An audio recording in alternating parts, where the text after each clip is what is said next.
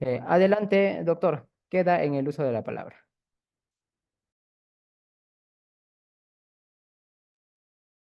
Muchas gracias. Bueno, muy buenas noches con todos, reencontrándonos una vez más, agradeciendo al SPOCAP por la invitación para poder dictar la presente charla. Como ya bien lo ha indicado nuestro amigo presentador, cualquier duda que surja dentro de la charla, estamos aptos para responderla, siempre con el debido control claro, como se debe realizar. Muy bien, para empezar, lo que nos han pedido tratar el día de hoy es el siguiente tema. Disposiciones en la etapa de investigación preparatoria. ¿Se notan las diapositivas? Por favor, si me confirman. Sí, sí, doctor, se logra observar todo. Perfecto. Muy bien. El tema a tratar el día de hoy son las disposiciones en la etapa de investigación preparatoria. Siempre es necesario hacer una pequeña introducción respecto a qué es una disposición, cuál es su naturaleza o finalidad, ¿no? Si bien es cierto, la investigación preparatoria está comprendida por dos subetapas, que es la etapa preliminar y la etapa de investigación preparatoria propiamente dicha, el día de hoy solamente nos vamos a abocar a tratar el tema de la investigación, perdón, de las disposiciones en la etapa de investigación preparatoria propiamente dicha. Para ello, necesitamos recordar qué son las disposiciones. Las disposiciones están descritas en el numeral 122, en el artículo 122, numeral 2 del Código Procesal Penal.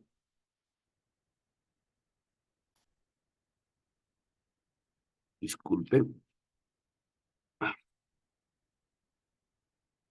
¿Qué es lo que dice el artículo, o perdón, el artículo 122, numeral 2 del Código Procesal Penal?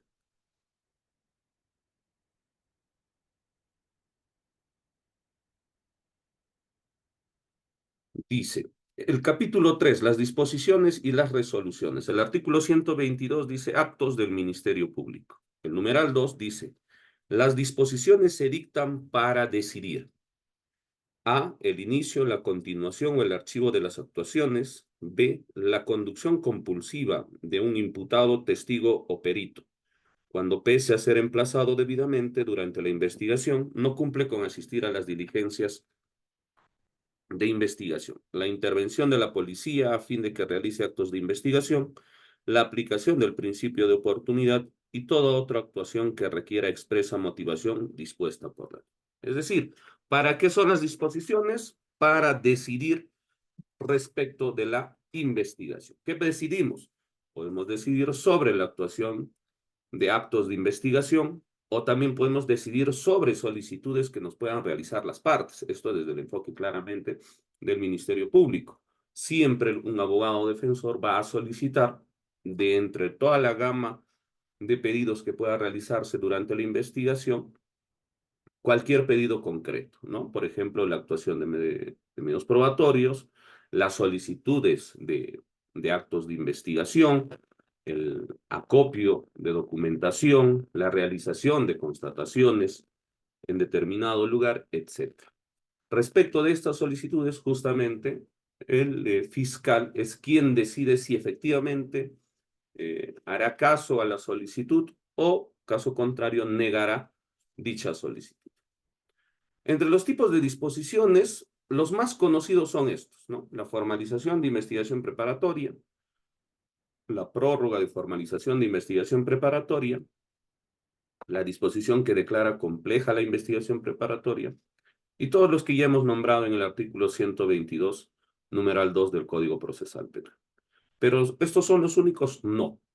Justamente no existe un número específico o un número cerrado de tipos de disposiciones. Las disposiciones son en su naturaleza diversas, ¿no? Como hace un momento les decía, va a depender del tipo de solicitud que realicen las partes y en base a eso se tendrá que dictar determinado tipo de disposición.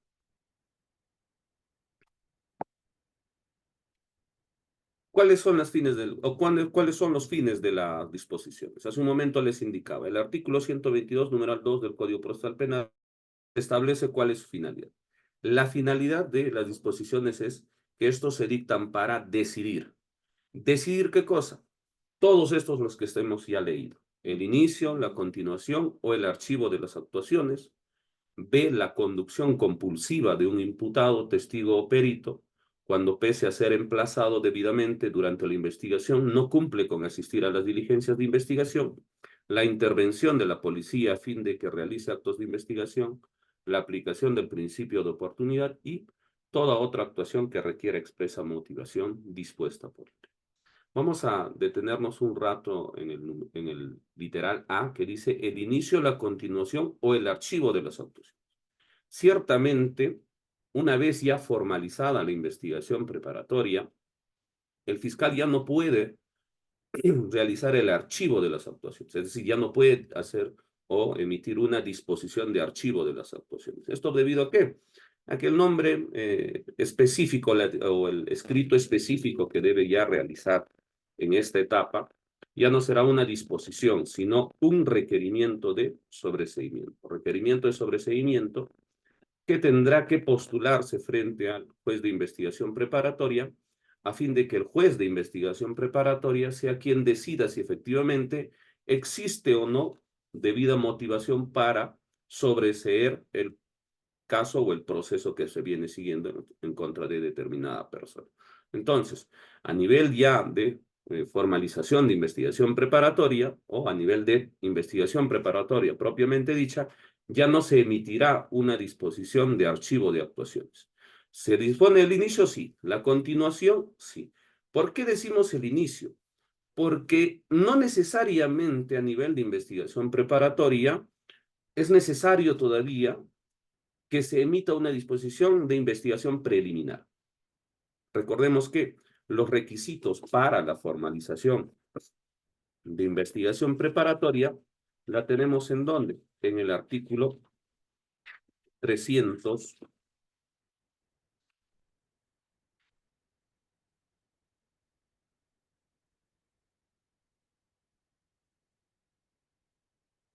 336, ¿qué dice? Formalización y continuación de la investigación preparatoria. ¿Cierto? ¿Cuáles son los requisitos para emitir una disposición de formalización y continuación de investigación preparatoria? Dice, si de la denuncia del informe policial o de las diligencias preliminares que realizó aparecen indicios reveladores de la existencia de un delito que la acción penal no ha prescrito y que se ha individualizado al imputado y que, si fuera el caso, se ha satisfecho los requisitos de procedibilidad, dispondrá la formalización y la continuación de la investigación preparatoria. Es decir, si yo ya tengo todos los elementos, en este caso, ¿no? Los indicios reveladores que la acción penal no ha prescrito, se ha individualizado al imputado y se ha satisfecho, si es el caso, si se han satisfecho los requisitos de procedibilidad, ya puedo emitir la disposición de formalización de investigación preparatoria. No es necesario todavía que yo lleve a cabo una investigación preliminar. Entonces, ¿directamente puedo disponer el inicio de la investigación preparatoria? Sí, con una disposición de formalización de investigación preparatoria. La continuación, de igual forma, puedo emitir disposiciones de prórroga, ampliaciones de plazo, etc. Pero ya no el archivo de las actuaciones, toda vez que lo que corresponde ya será emitir un requerimiento de sobreseimiento. Muy bien, teniendo claro eso, vamos a ver ahora la estructura de una disposición fiscal. Todos estos elementos que a continuación voy a indicar son de manera general los que existen dentro de una disposición. ¿Todas de manera específica? No. Hay algunas que van a depender del tipo de disposición que se emita, ¿ya? Primero están los datos de identificación, en el cual tiene que estar el número de carpeta fiscal, el nombre del imputado, nombre del agraviado, el delito denunciado, el tipo de disposición y número de disposición. ¿Para qué es necesario? ¿Por qué es fundamental que existan datos de identificación? Porque de esta forma justamente podremos ¿qué? Identificar la carpeta fiscal o el número de investigación. el nombre del imputado justamente para individualizar a la persona, del agraviado y en igual sentido el delito denunciado de igual, el tipo de disposición también es necesario y el número de disposición. ¿Por qué el número de disposición? Porque justamente esto nos podrá o nos ayudará a identificar qué cosa decidió el fiscal y cuándo lo decidió y en qué número de disposición decidió determinada situación. Para esto es necesario siempre los datos de identificación de una disposición. El lugar y fecha también son importantes. ¿Por qué?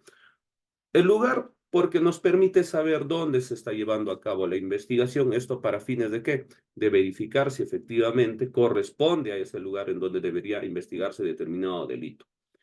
Y la fecha, ¿por qué?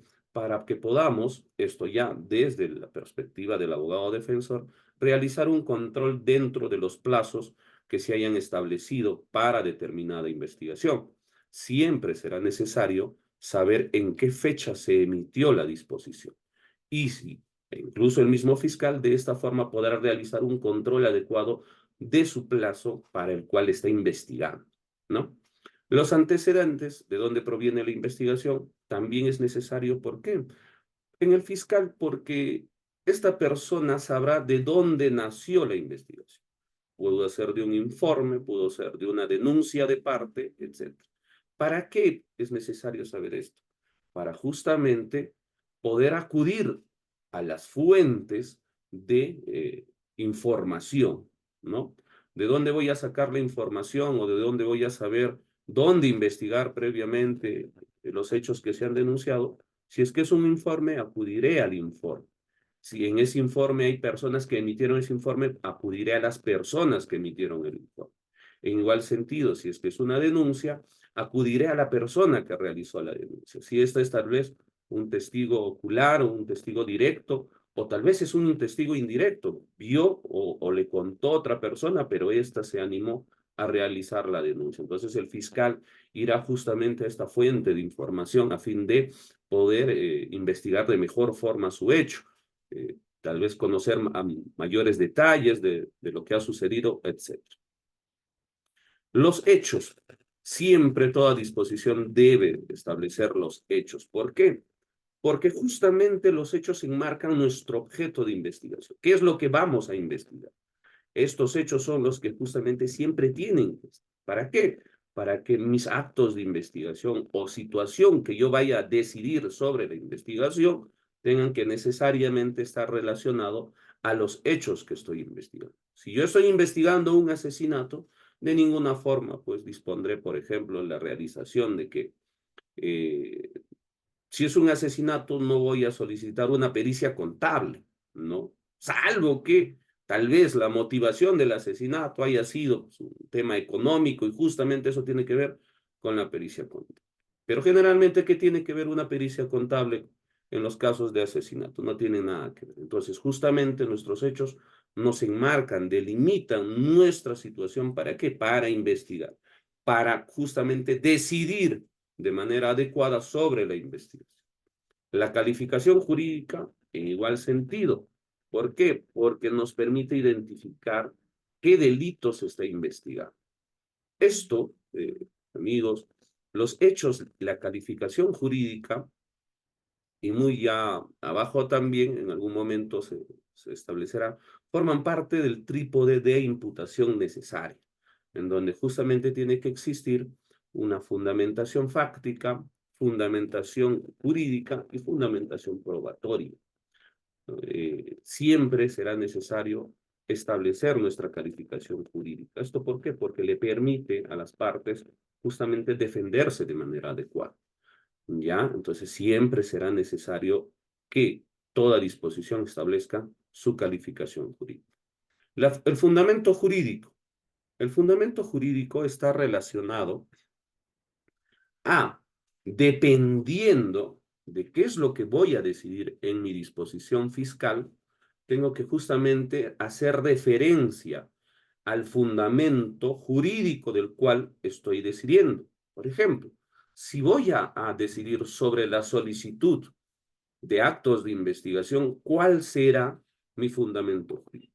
Tendré que irme al Código Procesal Penal y establecer efectivamente, ¿se pueden realizar o se puede solicitar actos de investigación por las partes? Sí, entonces me iré al artículo que establece eso. Por ejemplo, ¿no? ¿Qué es lo que establece el artículo 71 dentro de los derechos del imputado? ¿Qué es lo que nos dice el artículo 71? Dice, derechos del imputado. El imputado puede hacer valer por sí mismo, dice, o a través de su abogado defensor, los derechos que la Constitución y las leyes le conceden, desde el inicio de las primeras diligencias de investigación hasta la culminación. Entonces, ¿qué puede hacer? ¿Cuáles son sus derechos en específico? Conocer los cargos, designar a la persona, ser asistido, abstenerse de declarar, que no se empleen su contra medios coactivos, a ser examinado, dice. En cumplimiento de lo prescrito en los numerales anteriores, debe constar en acta ser firmado por el imputado y la autoridad correspondiente, si el imputado se rehúsa, etc. Cuando el imputado, dice, considere que durante las diligencias preliminares o en la investigación preparatoria no se ha dado cumplimiento a estas disposiciones, o que sus derechos no son respetados, o que es objeto de medidas limitativas de derechos indebidas, o de requerimientos ilegales, puede acudir en vía de tutela al juez de investigación preparatoria. Entonces, me iré a este artículo que digo, pues yo puedo hacer valer mis derechos por mí mismo o a través de mi abogado. Entonces, quiero hacer valer mis derechos, ¿de qué forma? En la forma en que necesito también que se realicen actos de investigación que coadyuven a verificar que mi inocencia.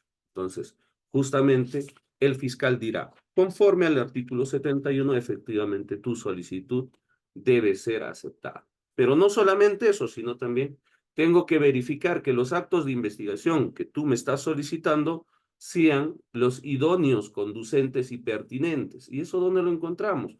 Lo encontramos también en el artículo, perdón, en el Código Procesal Penal, específicamente en la admisión de medios probatorios. Los medios probatorios que deben ser conducentes, pertinentes y útiles a la investigación. Entonces, también este fundamento jurídico deberé establecer en mi disposición a fin de decidir si el acto de investigación que me está solicitando es correcto o no. O tal vez lo voy a negar justamente ¿por qué? Porque tal vez no es conducente, uno, no es pertinente, dos, o no es útil. Por ejemplo, ¿no?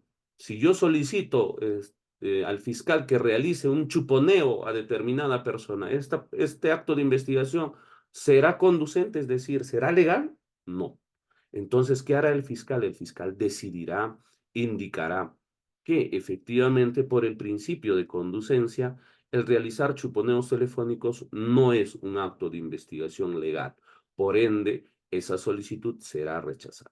¿Cuál será mi fundamento? Justamente el artículo que habla sobre la conducencia de los actos de investigación.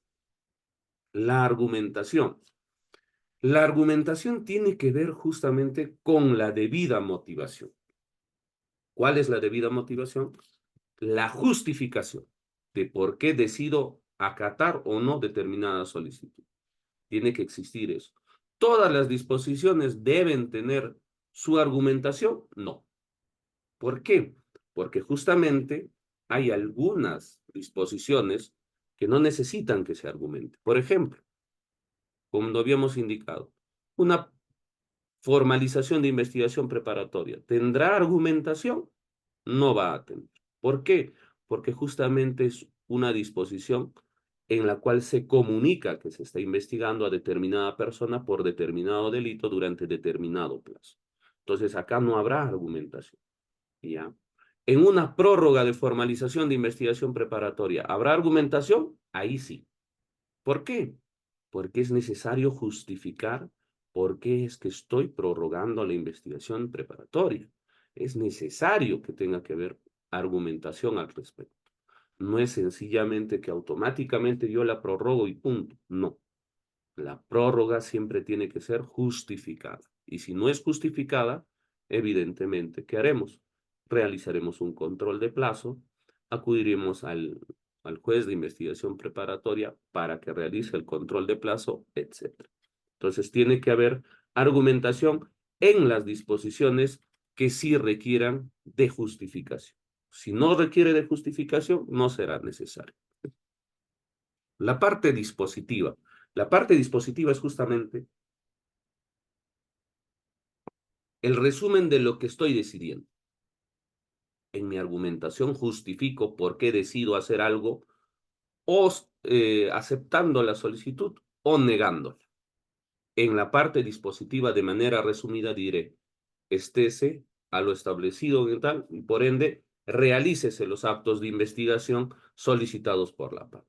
O estése a los argumentos de la disposición y no al lugar la solicitud del abogado defensor de la parte agraviada, imputada, etc. En la parte dispositiva es en donde se comunica justamente el resultado frente a un pedido o a una solicitud realizada por los abogados de las partes.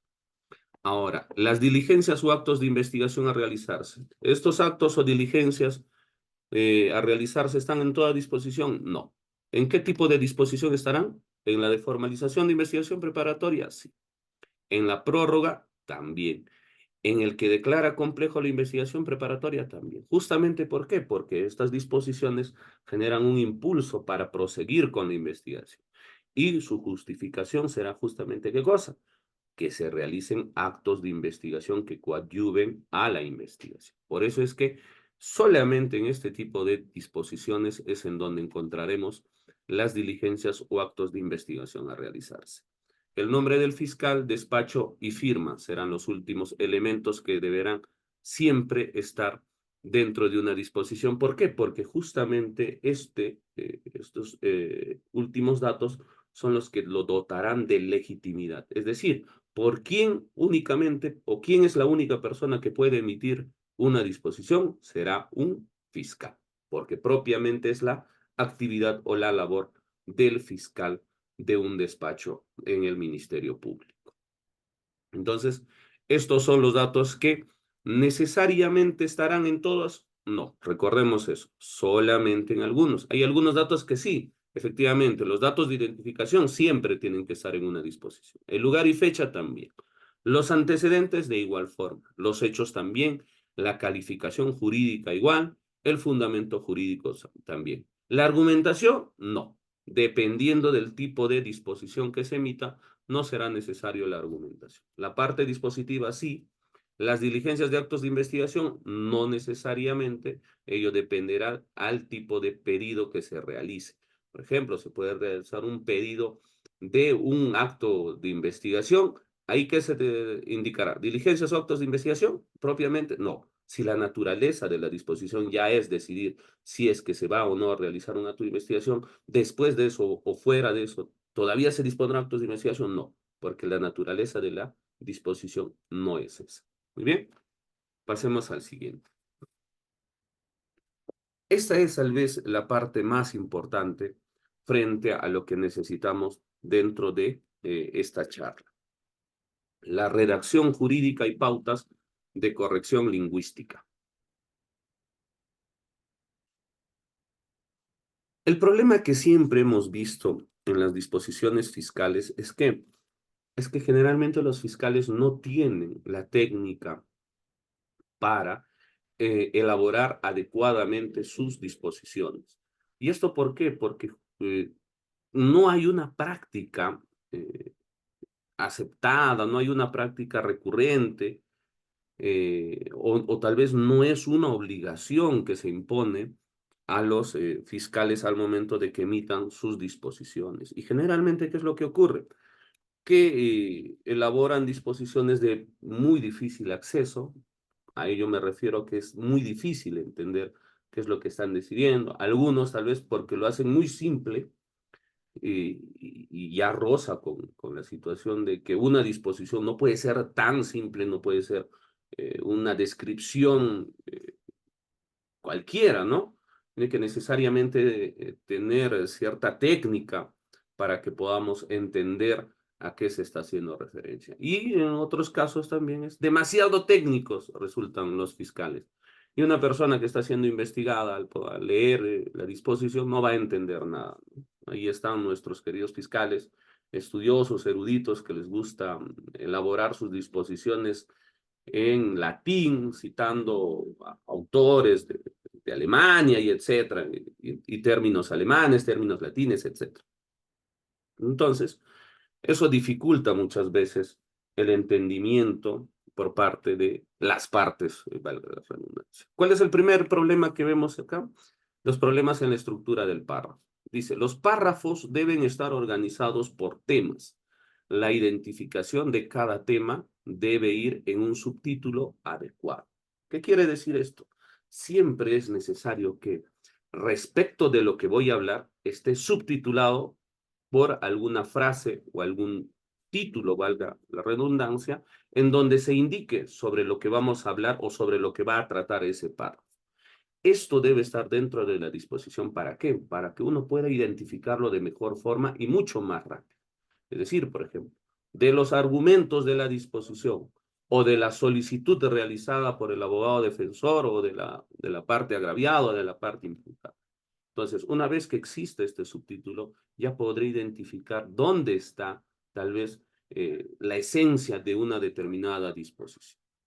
El siguiente es escribir párrafos con una extensión razonable.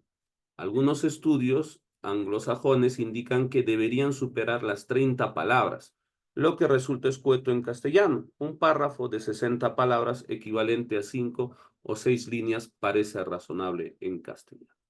Muchas veces en las disposiciones vamos a ver que no se respeta la utilización de párrafos. ¿Qué es lo que hacen? Un párrafo es toda la hoja, a veces 2 hojas o 3 hojas seguidas. Entonces, no puedo identificar dónde está lo principal, dónde está lo realmente importante. ¿Por qué? Porque muchas veces no se utiliza esta técnica. No sabemos utilizar o no sabemos elaborar, no sabemos esbozar párrafos de 4, 5, 6, 7, 8, 9 líneas. Creo que dentro de 10 líneas de un párrafo, perdón, es creo que suficiente para indicar determinada idea. Esto es lo que caracteriza a los párrafos. Cada párrafo establece una idea específica, una idea eh, establecida claramente para identificar o para desarrollar qué es lo que quiero resumir, qué es lo que quiero decidir en mi disposición. Entonces, siempre será necesario la adecuada utilización de los párrafos. El siguiente elemento indica que cada párrafo debe presentar la información más importante primero, dice. No debe iniciar con referencia a números de página o tipos de documentos, sino con la descripción del hecho, escena, narración o argumento principal. Por ejemplo, en un párrafo, en la primera parte tendrá que indicarse, digamos, ¿no? En el supuesto, en el ejemplo de que un abogado ha solicitado determinado acto de investigación. En ese párrafo quiero indicar que su pedido es impertinente. Entonces tendré que iniciar indicando, respecto al pedido del abogado defensor, este resulta impertinente. ¿Esa qué cosa será? Esa será la información más importante de ese párrafo. Ahí sabré de lo que voy a hablar, de qué es impertinente. Y inmediatamente tendré que esbozar mi argumento de por qué es que es impertinente el acto de investigación solicitado por el abogado defensor. Entonces, justamente este, por ejemplo, también es otro de los problemas en los cuales generalmente incurren los operadores o los fiscales al momento de elaborar sus disposiciones, que no saben justamente establecer en el párrafo la idea principal, en la primera oración, y después inmediatamente desarrollarle el argumento de por qué es que no resulta pertinente, no resulta conducente o no resulta útil el pedido o la solicitud del abogado defensor. El otro problema es mantener la descripción, narración o argumento respecto a un solo aspecto en cada párrafo. La mezcla de varias descripciones o argumentaciones genera una extensión que genera confusión. Lo que hace un momento decía, si yo voy a establecer que mi párrafo va a hablar sobre la impertinencia del acto de investigación solicitado, únicamente tengo que hablar de esa situación en ese párrafo. Si quiero hablar sobre la inutilidad o que resulta inútil el acto de investigación, no lo haré dentro del párrafo en el cual estoy describiendo la impertinencia. Necesariamente tendré que utilizar otro párrafo en donde describiré por qué resulta inútil el acto de investigación. Combinar eh, estos conceptos en un solo párrafo, ¿qué es lo que genera? Genera confusión, es lo que nos dice. Entonces, Justamente la buena utilización de los párrafos, de las ideas principales en cada párrafo, es lo que definirá un mejor entendimiento por parte de las personas que vayan a leer nuestras disposiciones dentro de una investigación. Eso hará que sea mucho más comprensible, mucho más entendible la argumentación que estoy realizando en mi disposición. La sucesión de párrafos debe seguir un orden lógico. ¿Y a qué nos referimos con el orden lógico? Si yo voy a describir la pertinencia, utilidad y conducencia de un acto de investigación, indicaré primero, en referencia a la solicitud. Primero empezaré ¿con qué? Con la conducencia. Indicaré por qué es inconducente o si es conducente. Argumentaré al respecto. Proseguiré ¿con qué? Con la pertinencia. Y finalmente con la utilidad. ¿Esto por qué? Porque justamente el Código Procesal Penal nos hace referencia a que los actos de investigación tienen que ser primero conducentes, legales, establecidos o permitidos por la ley. Segundo, pertinentes, tienen que estar relacionados al objeto de investigación. Y útiles, ¿por qué? Porque nos ayudarán a determinar alguna situación del objeto de investigación. Por ejemplo, nos ayudará, será útil para acreditar si efectivamente a una persona la mataron con un cuchillo, o la mataron por asfixia, o la mataron por un golpe, etc. Eso es lo que nos determina. Justamente va en ese orden lógico. Primero tiene que ser legal, tiene que estar relacionado al hecho objeto de investigación y finalmente nos ayudará a acreditar determinada situación. En ese orden. Si quiero establecer o quiero decidir en mi disposición sobre alguna otra situación, igual.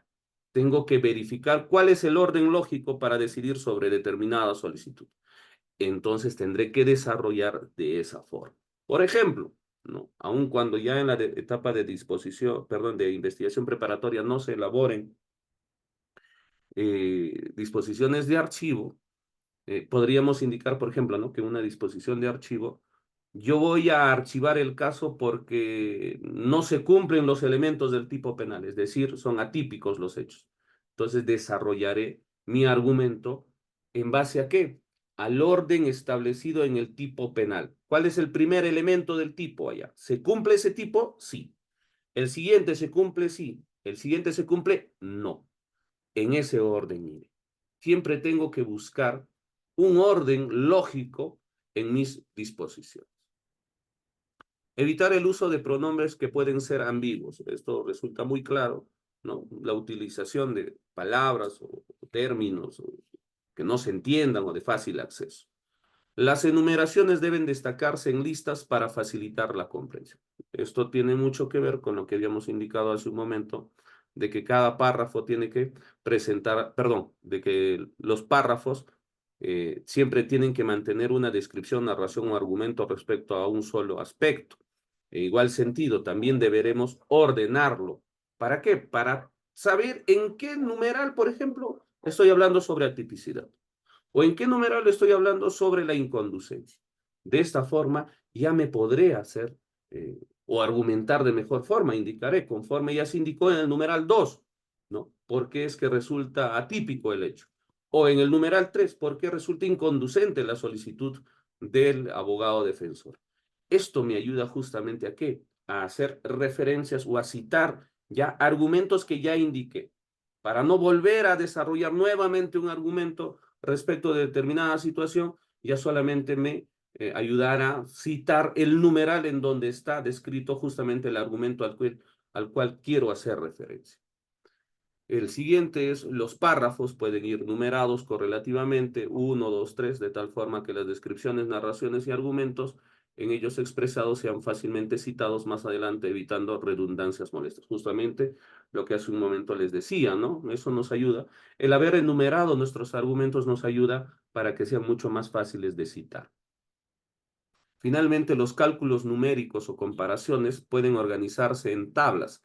Las situaciones o asuntos que tengan relaciones complejas pueden reflejarse en gráficos, esquemas e imágenes para hacer más comprensible la descripción o argumento.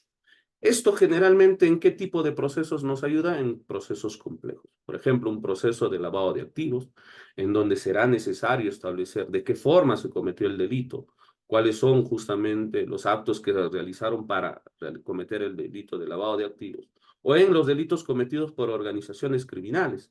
Si yo quiero establecer, por ejemplo, una organización criminal de tipo vertical, estableceré quién fue, por ejemplo, el cabecilla, quiénes estuvieron después de él, a quiénes más se utilizaron, si es piramidal, etcétera. ¿Esto cómo lo voy a establecer? No lo voy a hacer escribiendo nada más, ¿no? Resultará mucho más difícil comprender. Pero si yo establezco un esquema en donde justamente indico quién es la cabeza de la organización criminal, quién es el brazo legal, el brazo económico, etcétera, esto ayudará de mejor forma al abogado defensor o a las partes a identificar de qué forma me está realizando la imputación, en qué nivel de la organización criminal tal vez estoy yo. Entonces, justamente este esquema nos ayudará a que las partes puedan entender de mejor forma nuestras imputaciones o nuestras decisiones, etcétera. ¿Ya? El segundo problema es el problema en el discurso, descripción, narración y argumentación. Primero, el problema es que no sabemos describir. Confundimos mucho el tema de la descripción con la narración y la argumentación. ¿Qué es la descripción? El concepto de la descripción es que esta descripción sirve para dar cuenta de los detalles, características o rasgos de un objeto, una escena física o los elementos que pueden llevarnos a interpretar un estado mental. Para ello deben cuidarse lo siguiente: describir de manera ordenada, precisa y clara, usar sustantivos y adjetivos adecuados y emplear un lenguaje conciso sobre aspectos más importantes. ¿Esto a qué nos ayuda? Esto nos ayuda a identificar de mejor forma nuestra escena del delito, por ejemplo, ¿no? Si yo quiero investigar o estoy investigando dentro de mi caso un homicidio, será importante conocer la escena del delito. Y en la escena del delito tendré que describir cómo estaba la escena del delito, si había cosas tiradas, si había, no sé, algún cuchillo, algún palo, o tal vez la escena estaba muy ordenada. Entonces, a partir de estas descripciones es donde yo podré identificar, por ejemplo, si es que el asesino de la persona que está en este cuarto muy ordenado, tal vez era una persona conocida, y por ende justamente la víctima nunca opuso resistencia, y por eso es que el cuarto está bastante ordenado. Pero si el cuarto está desordenado, ¿qué quiere decir? Que hubo previamente una lucha. Entonces, si hubo lucha, quiere decir que la víctima pudo defenderse. Entonces, esto me ayudará a qué? A determinar, por ejemplo, si es que hubo un enfrentamiento, tal vez la persona logró arañar a la otra, sacarle piel o cabellos, o tal vez coger algo de las prendas, etc. Entonces, esta descripción de manera ordenada, precisa, clara, nos ayudará a qué? A llevar una mejor investigación. Nuestras disposiciones tienen que justamente tener este tipo de descripciones, porque nos ayudan no solamente a nosotros, como fiscales, sino también a las partes. Recordemos que la función del fiscal es ser objetivo en la investigación, es decir, poder encontrar elementos de cargo como de descargo. ¿Cómo es que logra ser objetivo el fiscal? Justamente siendo real, siendo honesto con los hechos que viene investigando. ¿Siendo qué? O describiendo qué? Los hechos de manera ordenada. En igual sentido, al momento de decidir sobre algún pedido, de igual forma también tiene que hacer. Es decir, por ejemplo, ¿no? Nos hacíamos referencia al tema de la solicitud, que generalmente viene a ser ¿no? Las solicitudes de actos de investigación. El fiscal tendrá que indicar en base a la descripción de hechos de una escena del delito, del hecho que se está investigando, si es que él es detallista, ¿no? Es ordenado, es preciso, es claro en los hechos que viene investigando, también lo será al momento de decidir. Si un acto de investigación resulta ser impertinente, es decir, no está relacionado al hecho objeto de investigación, claramente lo hará de mejor forma al momento de decidir.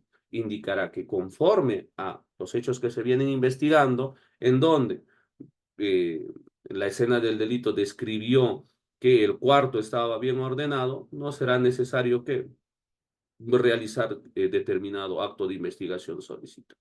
¿Por qué? Porque mis hechos son bastante claros. Mi decisión de igual forma es bastante ordenada, precisa. Utilizo sustantivos y adjetivos adecuados. ¿Para qué? Para un mejor entendimiento de mi decisión. Y finalmente, empleo lenguaje conciso sobre aspectos más importantes. Es decir, no me voy por la tangente, no hablo sobre situaciones que no vienen siendo solicitadas, ¿no?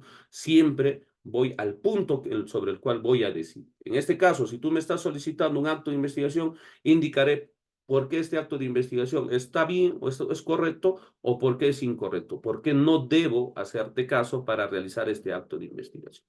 En ese sentido, hablaré respecto únicamente sobre ese acto de investigación que me estás pidiendo. No será necesario hablar sobre otros actos de investigación. ¿Por qué? Porque justamente esos otros actos de investigación no están siendo cuestionados o solicitados por las partes.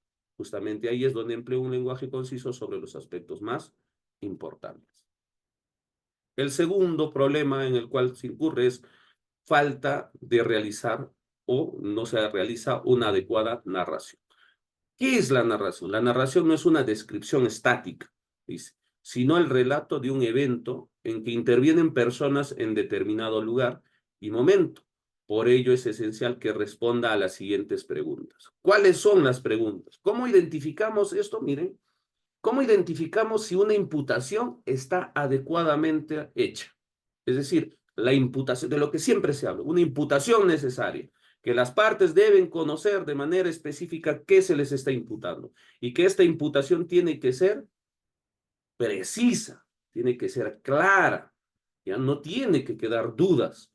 ¿Cómo es que justamente verificamos que la imputación es clara, precisa y no nos genera dudas cuando respondemos a estas preguntas? ¿Cuál es una de las principales preguntas? ¿Quién hizo qué? ¿Quién hizo qué? ¿Identificó a quién? Al autor, al cómplice, no sé, al cómplice primario, al cómplice secundario, al instigador, etcétera. Primero identifico a la persona y luego hago referencia a qué es lo que realizó. ¿Cuándo lo realizó? También es necesario el tema de la temporalidad. ¿Cuándo realizó los hechos? ¿Ya? ¿Esto para qué? Para justamente identificar un determinado espacio temporal en donde supuestamente esta persona cometió determinado hecho. ¿Esto ayuda a qué? A que la defensa pueda, en su caso, indicar, tal vez ese día ese señor no estaba en ese lugar. Este señor estuvo de viaje, no estuvo en Ayacucho, estuvo en Lima. Si me dice, digamos, no, el día 2 de diciembre del 2023, Guido Galindo se encontraba asesinando a Margarita en la ciudad de Lima. Si me dicen el 2 de diciembre tal, a las 7, 8 de la noche les indicaré. Mi defensa indicará, no es cierto, ¿por qué? Porque ese día, el 2 de diciembre del 2023, el abogado Guido Galindo estaba dando una charla y estaba en su oficina. No estaba en la ciudad de Lima, sino estaba en la ciudad de Ayacucho. Nos ayuda también a determinar justamente qué cosa, el espacio temporal. ¿Cómo? ¿Cómo hizo la situación? En un asesinato. ¿Cómo lo hizo? Agarró un cuchillo, se lo incrustó directamente, o fue por la espalda, o agarró un palo y por la espalda se la tiró en el cráneo, etc. También es necesario que describamos, que narremos, perdón, ¿ya? ¿Cómo es que se ha realizado el acto? ¿Por qué? Porque justamente cuando yo tenga la respuesta a cómo se realizó, es en el momento en el que realizaré una adecuada imputación. Y finalmente, ¿dónde se realizó? ¿No? Hace un momento les decía, indico quién lo hizo, cuándo lo hizo, dónde lo hizo. ¿Ya? Lo hizo en Lima, lo hizo en Ayacucho, lo hizo en Huanta, lo hizo, no sé, en Tumbes, etc. Tenemos que identificar también el lugar de los hechos. Dice, no se redactan apreciaciones ni valoraciones subjetivas, ¿ya? Se siguen las pautas para una descripción clara de acuerdo al párrafo anterior, pero para dar cuenta de una acción que se desenvuelve en el tiempo. Dice, atención con redactar lo siguiente. qué sucedió primero, luego qué sucedió, finalmente cómo terminó la acción. ¿Qué es lo que generalmente ocurre en algunas disposiciones? En las disposiciones no se narran hechos, sino se narran puntos de vista del fiscal.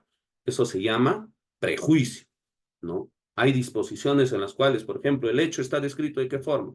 Se indica, de manera salvaje, ¿no?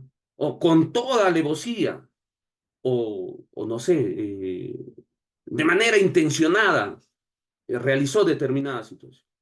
Esos adjetivos, por ejemplo, no son hechos, son apreciaciones de quién, del fiscal.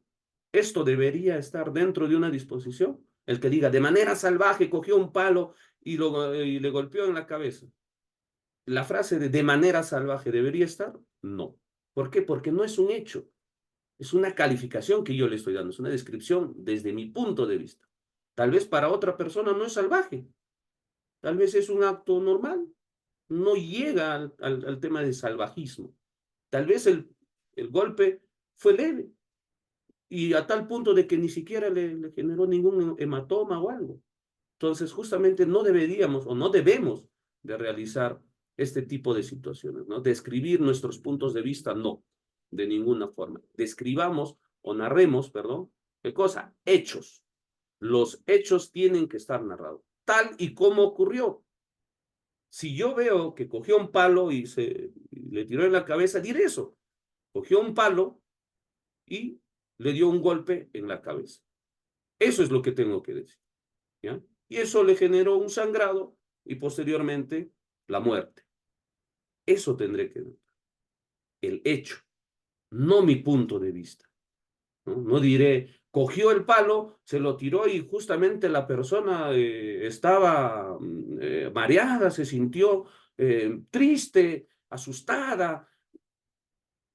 El estar asustado se nota a simple vista, creo que no. Entonces, ¿esos qué cosas son? Mis puntos. Eso no debe estar. Debe estar los hechos tal y como sucedieron, sin adornos, sin puntos de vista, sin prejuicios de parte del que redacta la disposición. Justamente, ¿cómo verifico esto? Respondiendo a estas preguntas. ¿Qué sucedió primero? Luego, ¿qué sucedió? Y finalmente, ¿cómo termina la acción? ¿Quién hizo qué? ¿A quién se lo hizo? ¿Cómo lo hizo? ¿Cuándo y dónde lo hizo? Estas preguntas también están eh, en la primera línea que indicamos, ¿no? ¿Quién hizo qué? ¿Cuándo? ¿Cómo? ¿Dónde? Estas preguntas siempre, o perdón, los hechos siempre tienen que responder a estas preguntas. ¿Quién hizo qué? Guido Galindo mató a tal persona. ¿A quién se lo hizo? A Margarita Pérez. ¿Cómo lo hizo? Agarró un palo y le golpeó en la cabeza, lo cual generó un sangrado y posterior muerte. ¿Cuándo lo hizo? El 2 de diciembre del 2023. ¿Y dónde lo hizo? Lo hizo en el apartamento de Margarita, ubicado en el Jirón Los Laureles, en la ciudad de Lima. De esa forma. Entonces, mi narración de los hechos tiene que responder siempre a qué? A este tipo de preguntas. ¿Ya?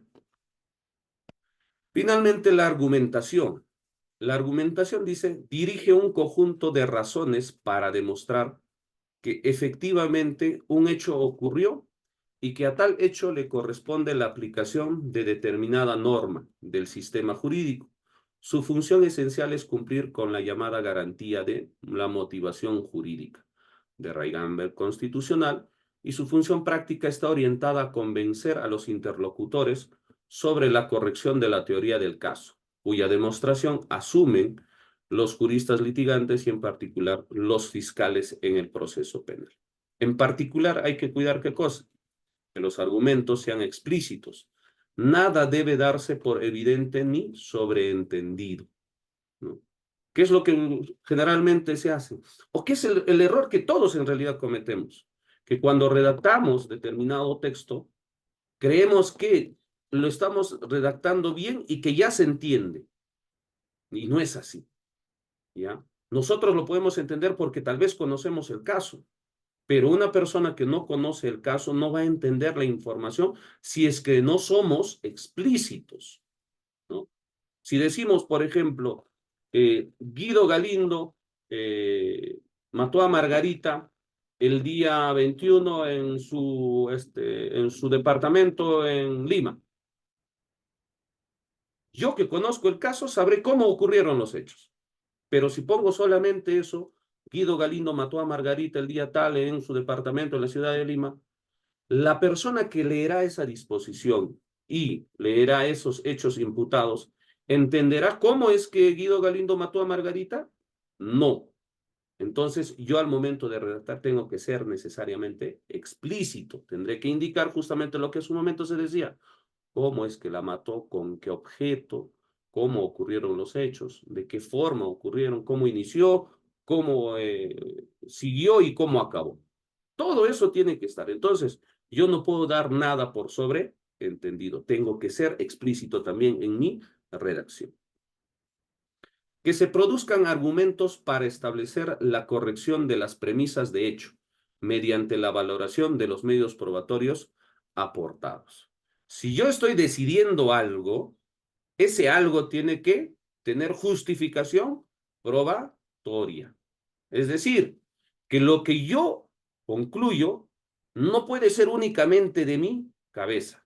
Tiene que necesariamente estar justificado sobre un elemento de comisión o medio probatorio. Por ejemplo, si yo estoy decidiendo que determinado acto de investigación no corresponde, ¿en qué lo sustento? Indicaré. Ese acto de investigación solicitado no es conducente, ¿por qué?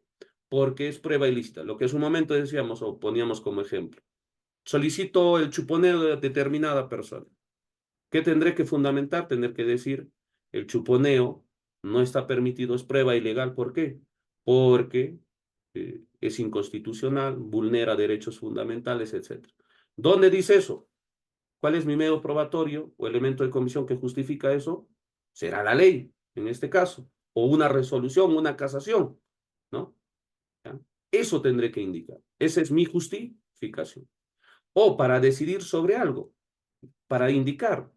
Guido mató a Margarita con un palo, le golpeó en la cabeza, etcétera, etcétera. ¿Cómo justifico eso? No sé, tal vez hay un video en donde justamente se ve cómo es que Guido Galindo cogió un palo y golpeó a Margarita en la cabeza. ¿Cuál es mi elemento de comisión que justifica esa proposición fáctica? Será la grabación o el video que se encontró en la casa, digamos, ¿no? Siempre todo esto tiene que estar necesariamente justificado ¿en qué?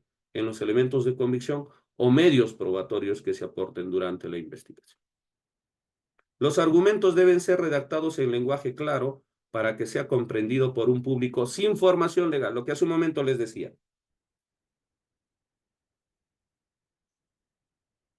A veces leer tanto libro de derecho y autores bastante técnicos nos vuelven, en cierta medida, también técnicos, ¿no? Y tendemos a utilizar términos de muy difícil comprensión por una persona que no estudia derecho o que no lee tal vez textos de derecho. Entonces, este es uno también de los principales problemas que se ven en las disposiciones. Siempre he visto que se utilizan palabras en latín. Entonces, una persona que eh, no tiene formación legal, no va a entender pues estos términos. Por ejemplo, si yo utilizo indubio pro reo, una persona que nunca ha leído textos de derecho, no tiene formación legal, ¿qué es lo que va a entender? ¿Va a entender algo? No va a entender, claro, ¿no? O cuando le dices numeros apertus o numeros clausus o sine qua non, son términos que no van a entender. Entonces, en lo posible evitemos utilizar estos términos. Es sencillo, en vez de decir, pues, indubio pro reo, digo, pues, conforme al principio de que la duda favorece al reo, en este caso al procesado o al investigado. Si es que existe duda, no se puede llevar a una persona a un juicio. Por ende, lo que corresponde es que se archive el caso. Es mucho más sencillo decir eso, a comparación de que yo diga, y por el principio indubio pro reo es que se archiva el caso. La víctima o la persona que puso la denuncia entenderá, si es que no es una persona con formación legal, dirá, pues, ¿qué es indubio pro reo? ¿Y por qué lo archiva? ¿Qué quiere decir indubio pro reo? Tendrá que necesariamente todavía ir y buscar otro texto o un diccionario, no sé, de latín para poder entender. Y eso, si es que también entiende que es latín, tal vez ni siquiera sabe que esa frase no está realizada en latín, sino tal vez va a pensar que es inglés, o tal vez o que es alemán, etc. Entonces, ¿qué generamos a la persona? Le generamos duda, le generamos otro problema más para poder entender nuestras disposiciones. Por ende, siempre tenemos que redactar nuestras disposiciones en un lenguaje claro para que sea comprendido por un público sin formación legal. El siguiente está referido a que deben distinguirse la premisa fáctica de la normativa para llegar a una conclusión lógicamente aceptable. Es decir, los hechos tienen que ser claros y el delito imputado o el delito que se está utilizando también, ¿no? Debe distinguirse esto. ¿Qué es la premisa fáctica? La premisa fáctica son los hechos. ¿Qué es la premisa normativa? Son los elementos del tipo penal. Entonces, no puedo combinar, ¿ya?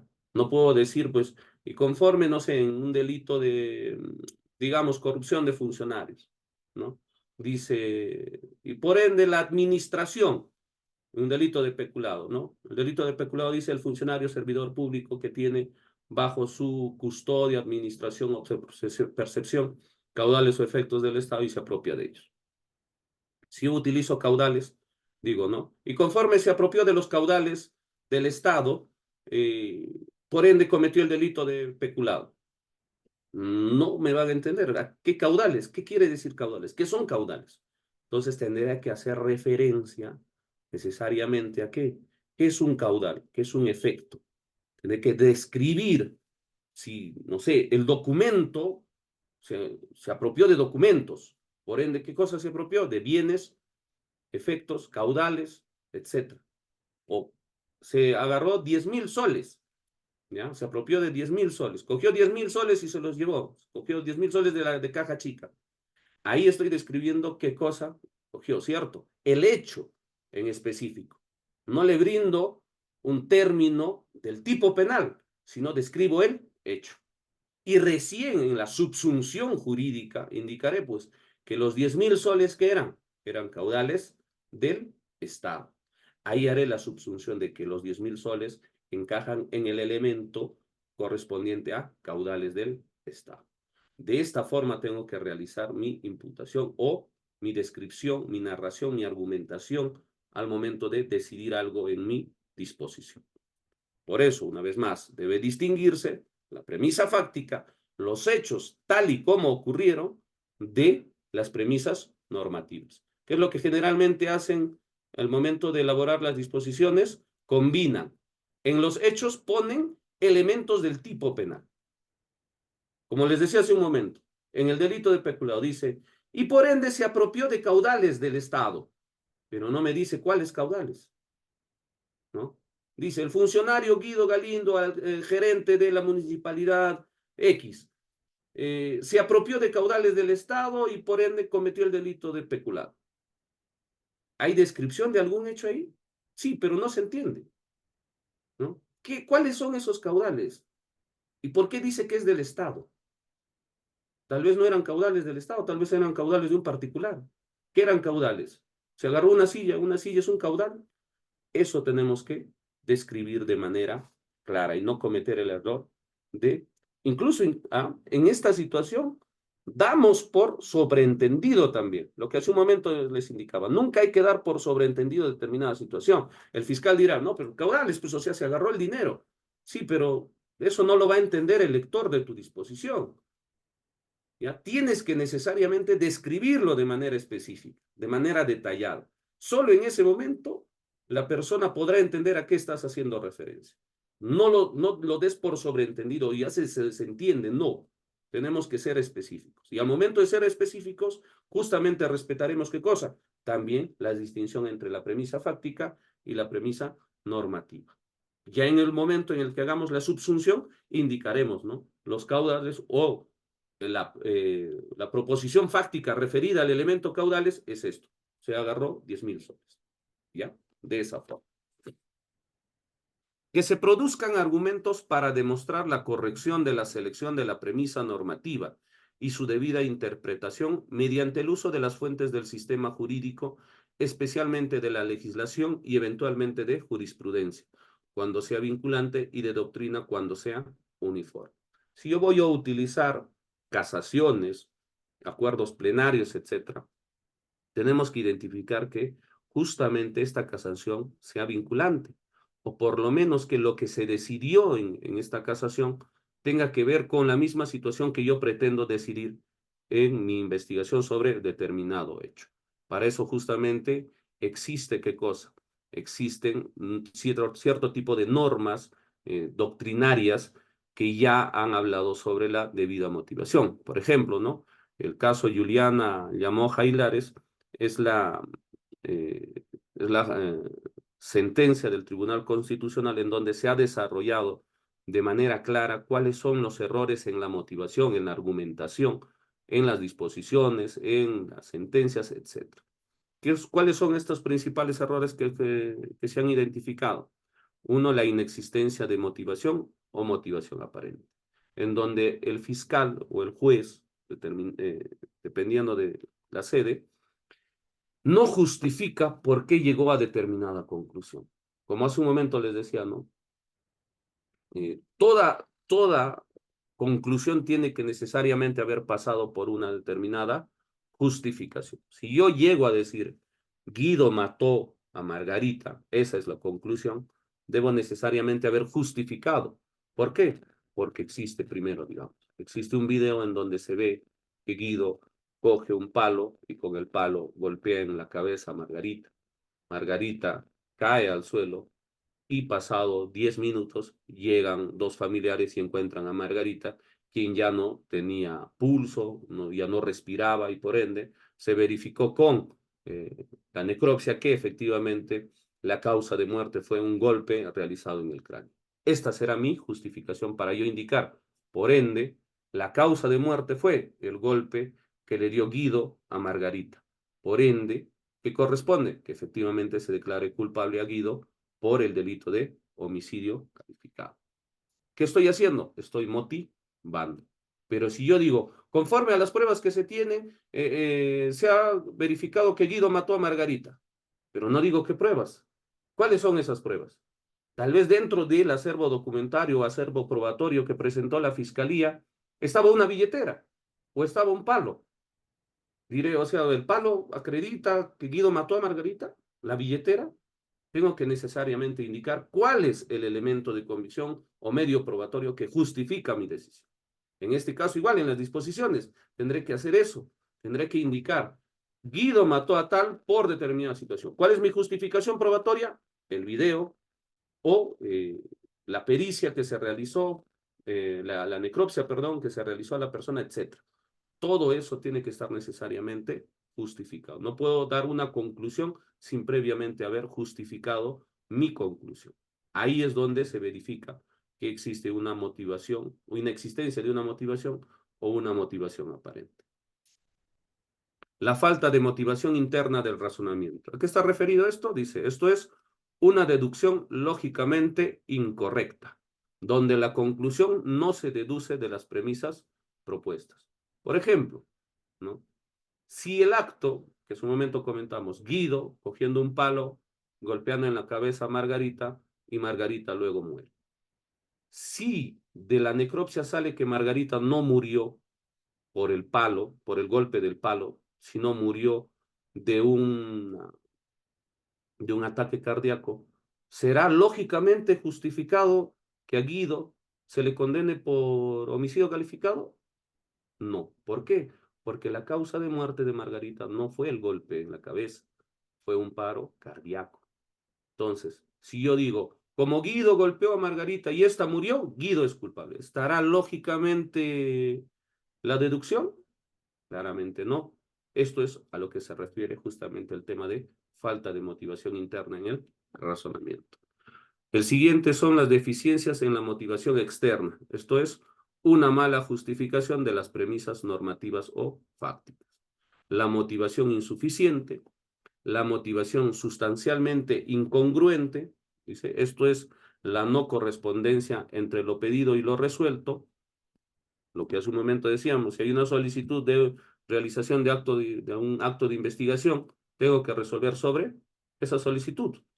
Yo no puedo indicar en mi disposición sobre otro acto de investigación que no fue solicitado.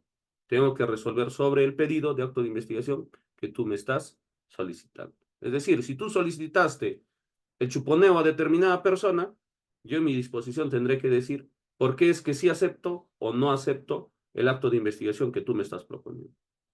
¿Ya?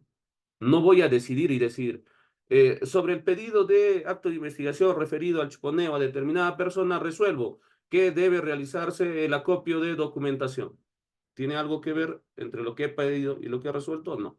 Ahí es donde justamente verificamos que la motivación sustancialmente incongruente. Las motivaciones cualificadas, dicen, suponen una violación del deber de motivar al no analizar alguno de los requisitos establecidos por el legislador. Siempre se tiene que motivar sobre todos los elementos, ¿ya? Sobre todos los elementos del tipo penal, sobre todos los elementos de los hechos, de las premisas fácticas, o perdón, de las proposiciones fácticas que se están realizando.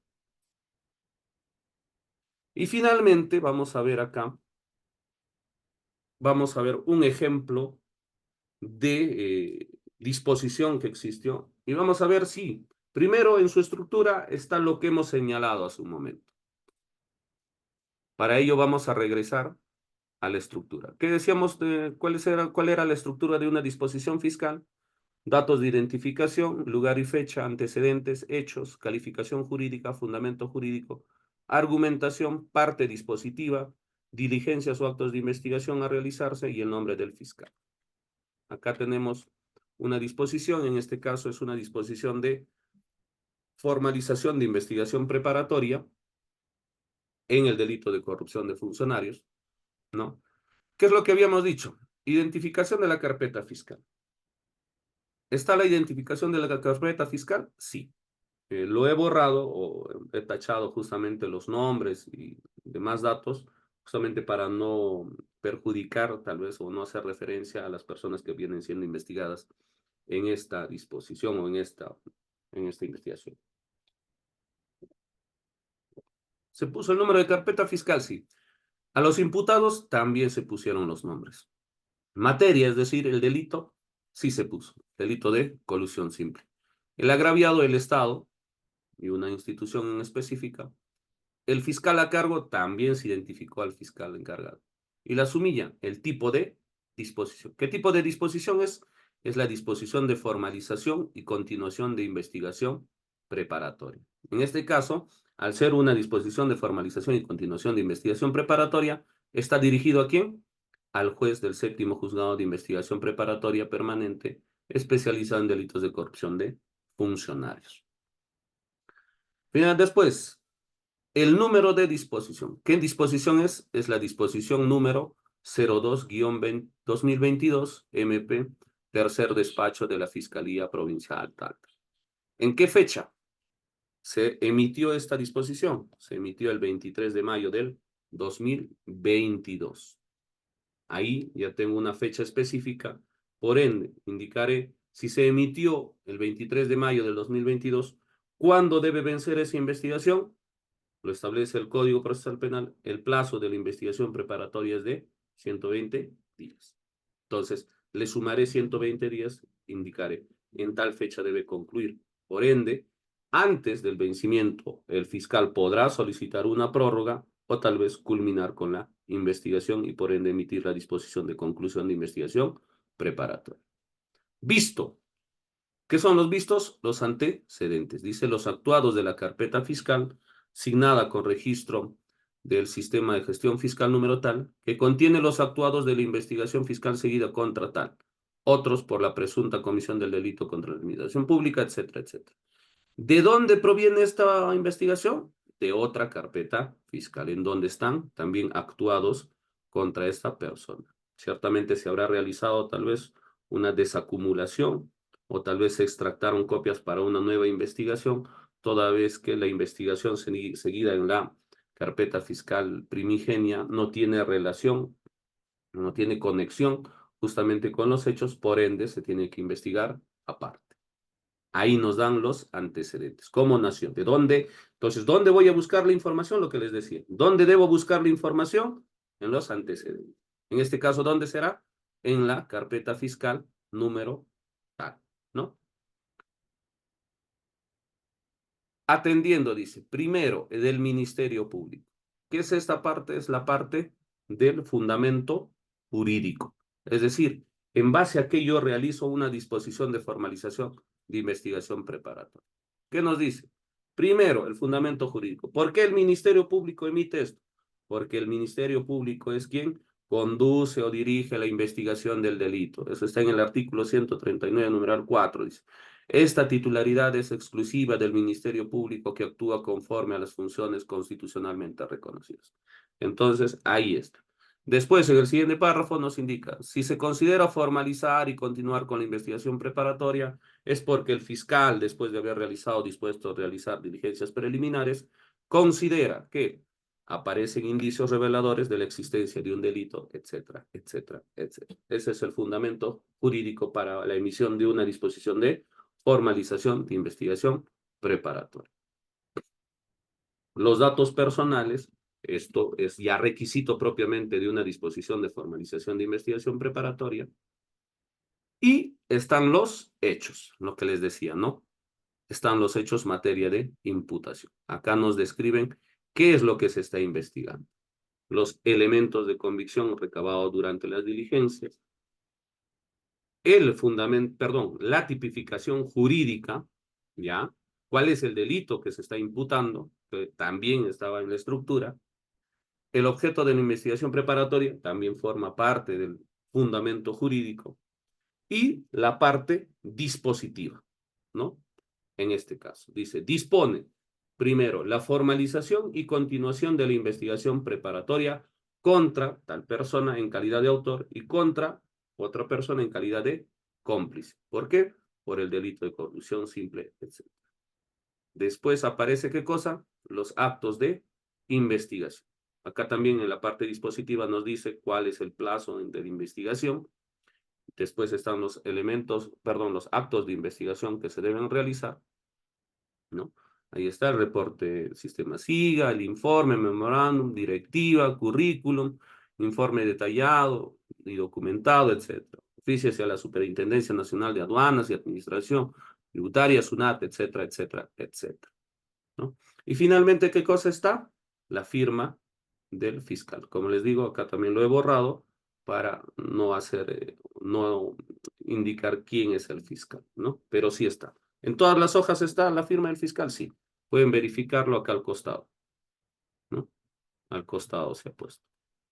Esto le dota, como a su momento les decíamos, de legitimidad a la disposición, al documento. ¿Por qué? Porque está suscrito por una autoridad competente. En este caso, el titular de la acción penal es el Ministerio Público, representado por un fiscal. ¿Ya? Entonces, desde su estructura, ¿tiene lo que hemos indicado? Sí. ¿Tiene datos de identificación? Sí, el número de carpeta fiscal, nombre del imputado, agraviado, delito, tipo de disposición, número de disposición. ¿Está el lugar y fecha? También. Los antecedentes, los vistos, también. Los hechos, la calificación jurídica, el fundamento jurídico. ¿Argumentación encontramos? No, porque justamente acá no se está decidiendo sobre un pedido. Entonces, por ende, no hay una argumentación respecto a lo que está resolviendo. ¿Qué habíamos dicho? ¿Cuál era la finalidad de las disposiciones? Era decidir. En este caso, decidió, ¿qué cosa? Formalizar la investigación preparatoria. Pero hubo un pedido específico, no, por ende no resolvió. Y como no resolvió nada, por ende no hay argumentación. ¿Parte dispositiva tiene? Sí, se dispone la formalización de investigación preparatoria.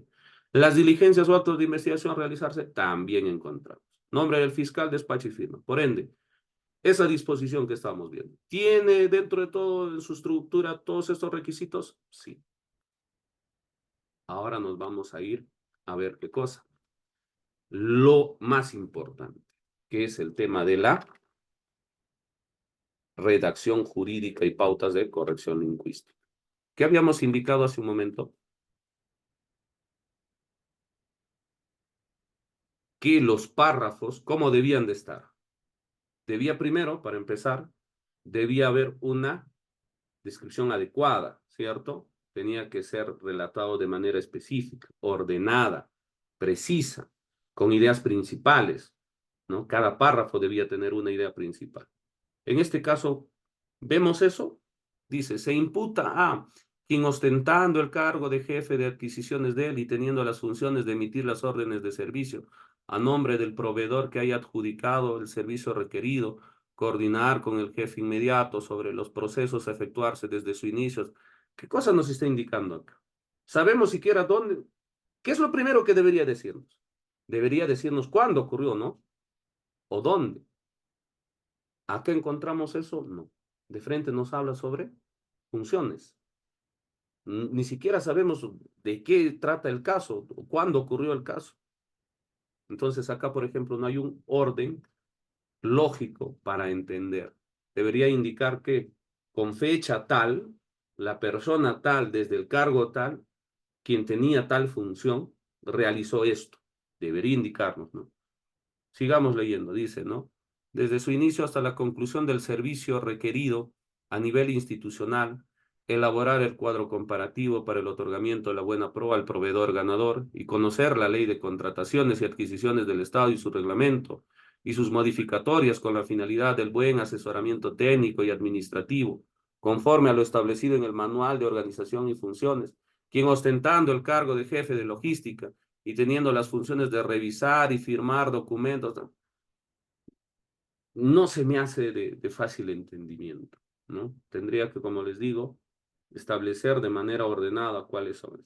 Y hay un párrafo de cuántas líneas, 1, 2, 3, 4, 5, 6, 7, 8, 9, 10, 11, 12, 13, 16, 17, como 30, hasta 40 líneas creo. Hay una idea clara, hay una idea principal, lo que decíamos en la redacción. Hay una idea principal que defina el párrafo sobre qué es lo que va a hablar. No hay. Por ende, acá se cometió justamente los errores que hace un momento indicábamos. Sí, no vemos eso, ¿no? De igual forma, en el segundo párrafo dice, así el extraneus, dice, no reunía los requisitos. ¿Qué es un extraneus? Una persona que no ha leído o que no ha estudiado derecho, ¿sabrá a qué se refiere cuando indican extraneus? Evidentemente no va a entender, va a decir, ¿qué es un extraneus? ¿Quién es el extraneus? ¿No? Ni siquiera hace referencia a quién es. ¿Quién es el extraneus en este caso? No solamente dice así, el extraneus dice, no reunía los requisitos siguientes. Entonces, si no reunía los requisitos, dice, pero ¿a quién hace referencia? Tenemos que justamente, acá, ¿qué es lo que está haciendo el fiscal? Ha dado por sobreentendido que el lector va a entender quién es el extraneus. ¿Debió haber hecho eso? No. Debió indicarnos. Es así que la persona de tal, postor o lo que sea, no reunía los requisitos. Identificar de manera clara y específica. No hace eso acá.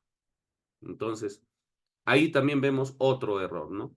Dice, se requirió que el proveedor presente en copia un máximo de 5 contratos o facturas de ventas donde la sumatoria de ellos tenga un valor igual o superior al 100% del valor de la propuesta a contratar o afín al objeto de la presente selección, no presentó en el rubro, bla, bla. El delito que está imputando, ¿cuál era? Era el de colusión simple y agravado o agravado, ¿no? Uno de los dos. ¿Qué es lo que debió de haber dicho? A ver, decíamos que la premisa fáctica tiene que estar bien individualizada y también la premisa jurídica. ¿Cómo es que identificamos eso?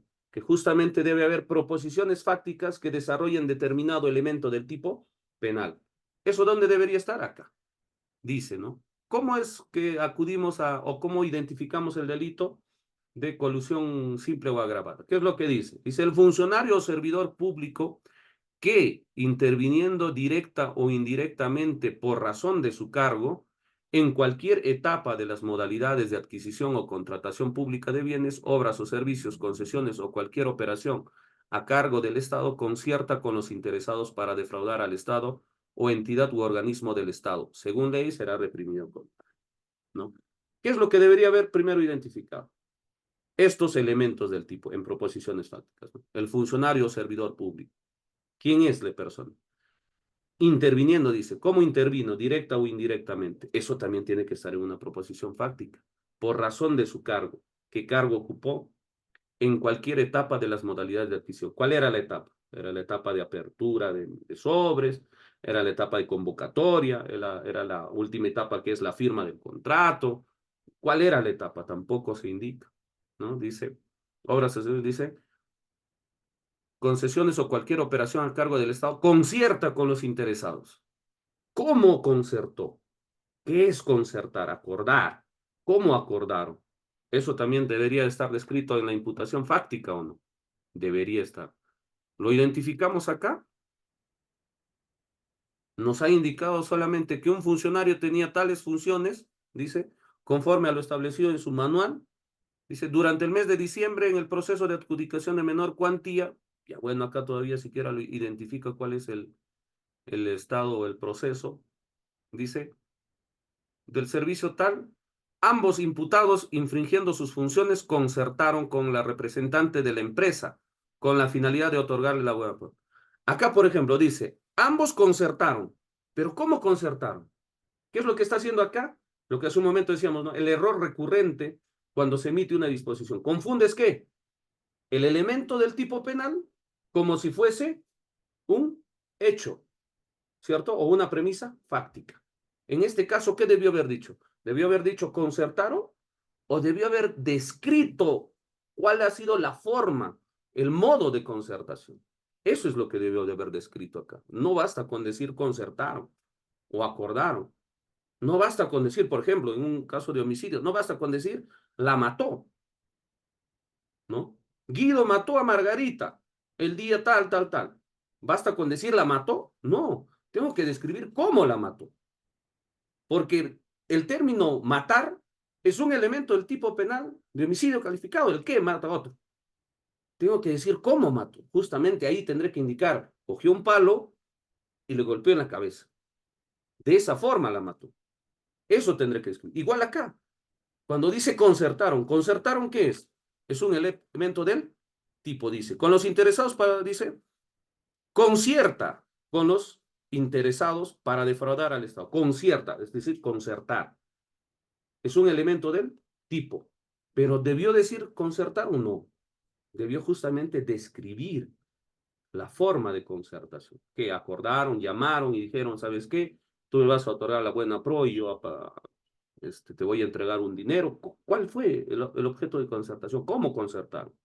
Se reunieron en una tienda, tomaron una gaseosa y ahí realizaron el acuerdo. De esa forma concertaron. ¿Cómo?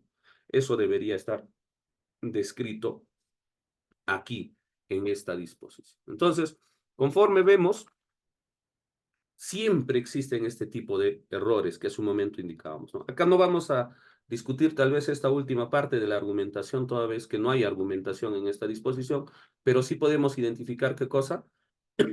Para empezar, la redacción. ¿Habían párrafos organizados por temas? No. Dice, escribir párrafos con una extensión razonable, dice. Un párrafo de 60 palabras equivalente a 5 o 6 líneas. ¿Se respetó? No, el párrafo tenía casi 40 líneas, ¿no? Cada párrafo debe presentar la información más importante primero, dice. Es decir, primero tiene que estar lo más importante, ¿qué es? Concertaron. Guido y Margarita concertaron. ¿Cómo? Guido y Margarita se sentaron en una tienda, tomaron una gaseosa y dijeron tal cosa. Eso debió estar al inicio. ¿Se respetó la disposición? No. Mantener la descripción, narración o argumento respecto a un solo aspecto por cada párrafo. ¿Está eso? En el párrafo de 40 líneas se habló sobre la condición del funcionario, sobre las funciones, sobre el tipo de proceso y la concertación. 4 situaciones se discutieron en un solo párrafo. ¿Se respetó lo que nos dice acá? ¿Que debe ser solamente respecto a uno? No. Mantener la descripción, narración o argumento respecto a un solo aspecto por cada párrafo. La mezcla de varias descripciones o argumentaciones genera una extensión que genera confusión, lo que hace un momento veíamos. En ese párrafo de 40 líneas, no sabemos a qué se refiere. Está hablando sobre la condición de funcionario público, está hablando sobre las funciones del funcionario público, está hablando sobre el proceso el tipo de proceso, contratación, está hablando sobre la forma de concertación, está identificando a las personas. No nos indica. Justamente eso genera ¿qué? Confusión. La sucesión de párrafos debe seguir un orden lógico. ¿Se hizo eso? Si yo estoy queriendo hacer una imputación por el delito de colusión, ¿qué es lo que debo hacer primero? Identificar, ¿qué cosa? Mis hechos, ¿cierto? De manera ordenada respecto al delito. Tiene que haber una correspondencia, ¿cierto? Y esta correspondencia tiene que estar necesariamente dividida por párrafos. ¿Se hizo eso? No. Se habló de manera conjunta en un solo párrafo de todo. No se respetó. Evitar el uso de pronombres que pueden ser ambiguos. Hace un momento decíamos, los estudiosos que utilizan palabras en latín, ¿no? Acá, por ejemplo, ¿qué encontramos? El término extraneus. Para una persona que no estudió derecho, evidentemente no va a entender qué es un extraneus. La enumeración, las enumeraciones deben destacarse en listas para facilitar la comprensión. Bueno, dentro de los hechos no es necesario. Los párrafos pueden ir enumerados correlativamente. No se realizó. Los cálculos numéricos o comparaciones. Bueno, al no ser un caso tan complejo, no era necesario. En la descripción dice, describir de manera ordenada, precisa y clara. ¿Se verificó esto? Tampoco. Usar sustantivos y adjetivos adecuados. Bueno, creo que dentro de todo sí se respetó eso. Emplear un lenguaje conciso sobre aspectos más importantes. ¿Se realizó eso? No identifiqué. En la narración, aquí sí hubo un grave problema. La narración de los hechos responden a esto. ¿Quién hizo? ¿Cuándo? ¿Cómo? ¿Dónde?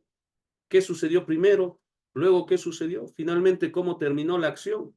¿Quién hizo qué? ¿A quién se lo hizo? ¿Cómo lo hizo? ¿Cuándo y dónde lo hizo? ¿Respondió eso?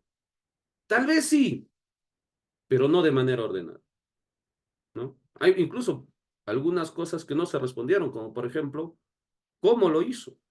¿Cuándo y dónde? ¿No? ¿Quién hizo qué? ¿Cómo? Estas preguntas no han sido respondidas. Entonces, si no han sido respondidas esas preguntas, ¿qué podríamos identificar? Que esta imputación no respeta el principio de imputación necesaria, ¿no? Es confuso. A la persona que le están investigando acá no va a entender por qué le están investigando. Empezamos con qué? Con una descripción de funciones. Eso responde a estas preguntas de quién hizo qué, cuándo, qué sucedió primero, luego qué sucedió, finalmente cómo terminó la acción. ¿Esa imputación responde a esto? No. Entonces, justamente aquí es donde verificamos que efectivamente existen errores en la elaboración de las disposiciones. Y estos errores, como les decía hace un momento, ciertamente no son pues dolosos, ¿no? Es decir, con intención de no querer dar la información. Es propiamente por una falta de práctica al momento de elaborar nuestras disposiciones. No respetamos justamente lo que hace un momento decíamos, no respetamos la narración, no respetamos la descripción, no respetamos la argumentación, no enfocamos bien la descripción o elaboración de nuestros párrafos, nuestros títulos, nuestros temas, no los desarrollamos de manera ordenada, de manera cronológica, que debería ser lo usual.